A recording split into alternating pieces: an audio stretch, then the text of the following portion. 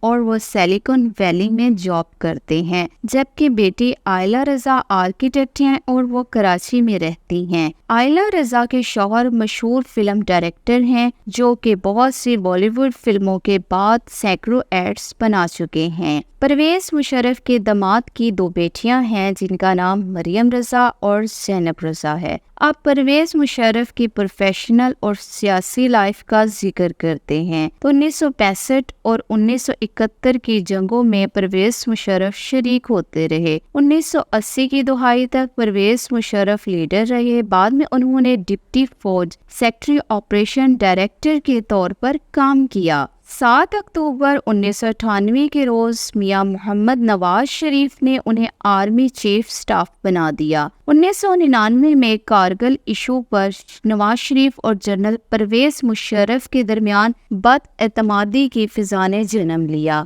12 اکتوبر 1999 کو جب chief of army staff Sri Lanka نے آزادی کی 50 سالہ تقریبات میں شرکت کر کے کولمبو سے واپس آ رہے تھے تو میاں محمد نواز شریف نے اچانک انہیں عہدے سے برطرف کر دیا اور سربراہ lieutenant general Zia Uddin but کو آرمی سٹاف کے عہدے پر ترقی دے دی۔ لیکن جو ہی یہ اطلاع ٹیلی ویژن سے نشر ہوئی اور GHQ پہنچی، کمانڈر نے اس کے حکم کی تکمیل سے انکار کر دیا۔ ان کا موقف تھا کہ chief of staff general Pervez Musharraf اس وقت ملک سے باہر ہیں، حکومت کو اگر آنا ہے تو ان کی واپسی کا انتظار کرنا چاہیے، بصورت دیگر وہ جنرل پرویز مشرف کے ہی احکامات مانیں گے۔ ادھر جنرل پرویز مشرف اس کارروائی سے بے خبر تھے اور وہ مالے کے راستے سے کراچی آ رہے تھے کہ ان کے طیارے کو کراچی ایئرپورٹ پر نہ اترنے کا حکم دے دیا گیا، مگر فوج کے کمانڈر نے اس کی کوشش کو ناکام بنا دیا۔ جنرل پرویز مشرف کا طیارہ کراچی ایئرپورٹ پر ہی اترا اور جنرل پرویز مشرف جب طیارے سے باہر آئے تو انہیں چیف آرمی کا ہی پروٹوکول دیا گیا۔ فوج بیرکوں سے نکل کر سڑکوں پر آ گئی اور انہوں نے تمام اختیارات کنٹرول کر لیے، ملک انتظامی صورتحال پر قابو پا لیا۔ وزیر اعظم نواز شریف کو عہدے سے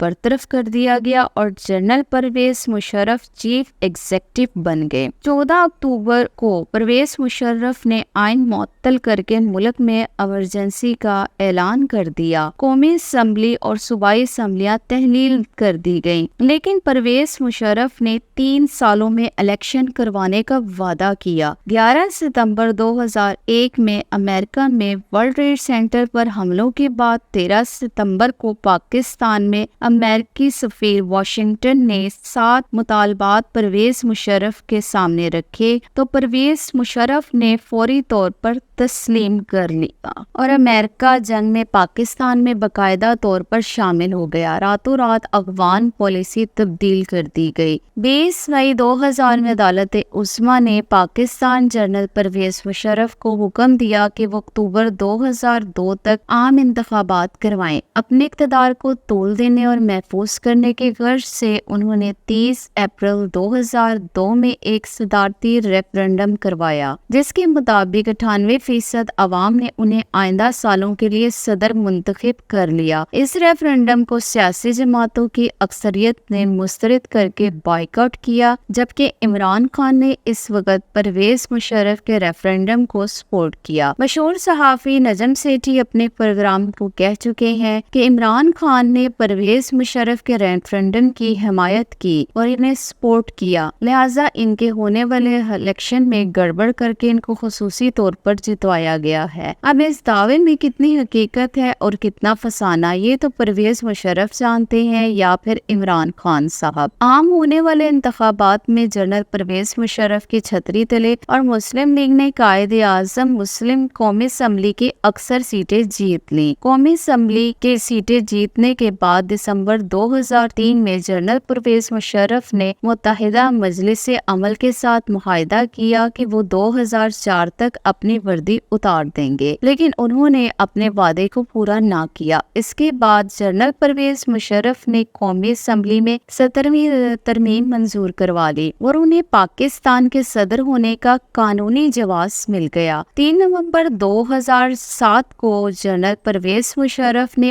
آرمی چیف کی حیثیت سے ملک میں ایمرجنسی نافذ کی، جس کا مقصد اعلیٰ عدالت کی ریاست کی آزادی کا خاتمہ تھا۔ 9 سال بعد مشرف نے فوج کے سربراہ کے عہدے سے 28 نومبر 2007 کو سبکدوش ہو گئے۔ 29 نومبر 2007 کو 5 سال کے لیے نئے صدر کا حلف اٹھایا، جو عوامی اور سیاسی حلقوں میں متنازع تھا۔ پرویز مشرف نے عوام میں نامقبول ہونے اور پاکستان کی حکمت عملی کے باعث 18 اگست 2008 کو قوم سے خطاب میں اپنے مستعفی ہونے کا اعلان کیا۔ عہدہ صدارت سے مستفید ہونے کے بعد پرویز مشرف ملک سے باہر چلے گئے، تاہم 2013 میں وطن واپس آئے، جہاں انہیں آئین سے غداری جیسے سنگین مقدمات کا سامنا کرنا پڑا۔ جنرل پرویز مشرف کو ان کے کیے گئے کئی اقدامات جیسے جامعہ حفصہ پر فوجی آپریشن NRO، جامعہ حفصہ لال مسجد پر فوجی آپریشن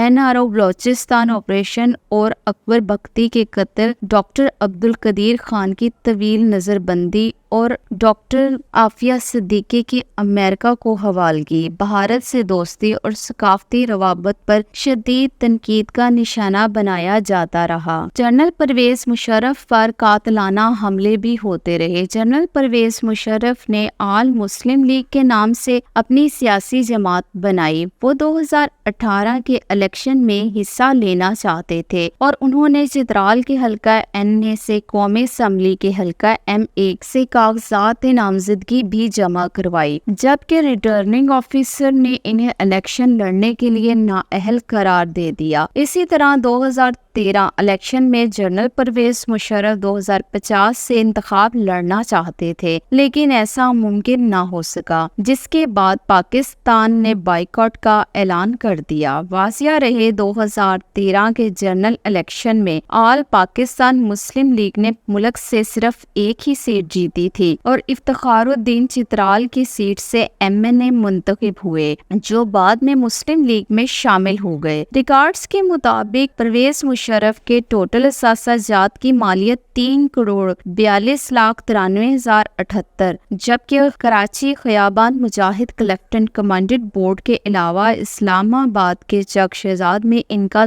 ذاتی گھر موجود ہے۔ امید کرتی ہوں کہ آپ کو یہ انفارمیشنز اچھی لگی ہوں گی۔ پھر حاضر ہوں گی نئی ویڈیوز کے ساتھ، تب تک کے لیے خدا حافظ۔